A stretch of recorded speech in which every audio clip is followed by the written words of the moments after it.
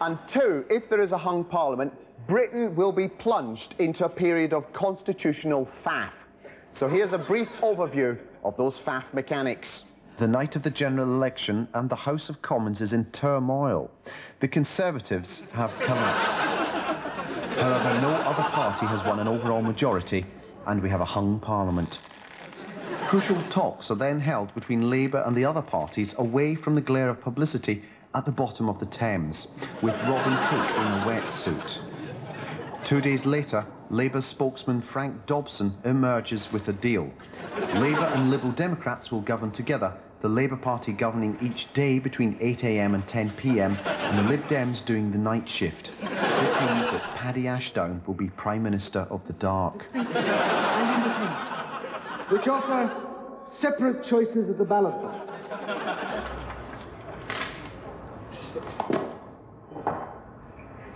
Every morning, as the Labour government comes into the office, they'll read a series of memos left by the clocking off Lib Dem administration, telling them what they've been up to.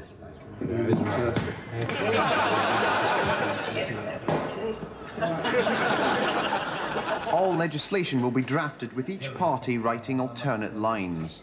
Combat knives will be paid for with an extra penny on income tax. And police officers will have the power to stop suspects and promote constitutional reform.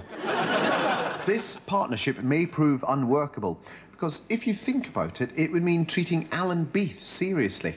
In which case, Labour will have to look elsewhere for a coalition partner. The Unionists won't trust them in Ulster. And the Scottish Nationalists would fear a sellout on devolution. That would leave just one remaining option, a Labour alliance with Sinn Féin. A Labour-Sinn Féin government would have to tread a careful line. councils that overspend will be kneecapped. In all likelihood, this coalition will collapse as well, leaving Britain with a hung parliament. Now, if that occurs, then the balance of power will rest here, with a group of Spanish teenagers in the visitors' gallery who thought they were going to see the crown jewels. The Queen will summon Anna Maria Suarez to Buckingham Palace and ask her and her friends to form an administration. The new government of 13 boy-obsessed Spanish teenagers will rule Britain for 3 years, before eventually splitting over Europe.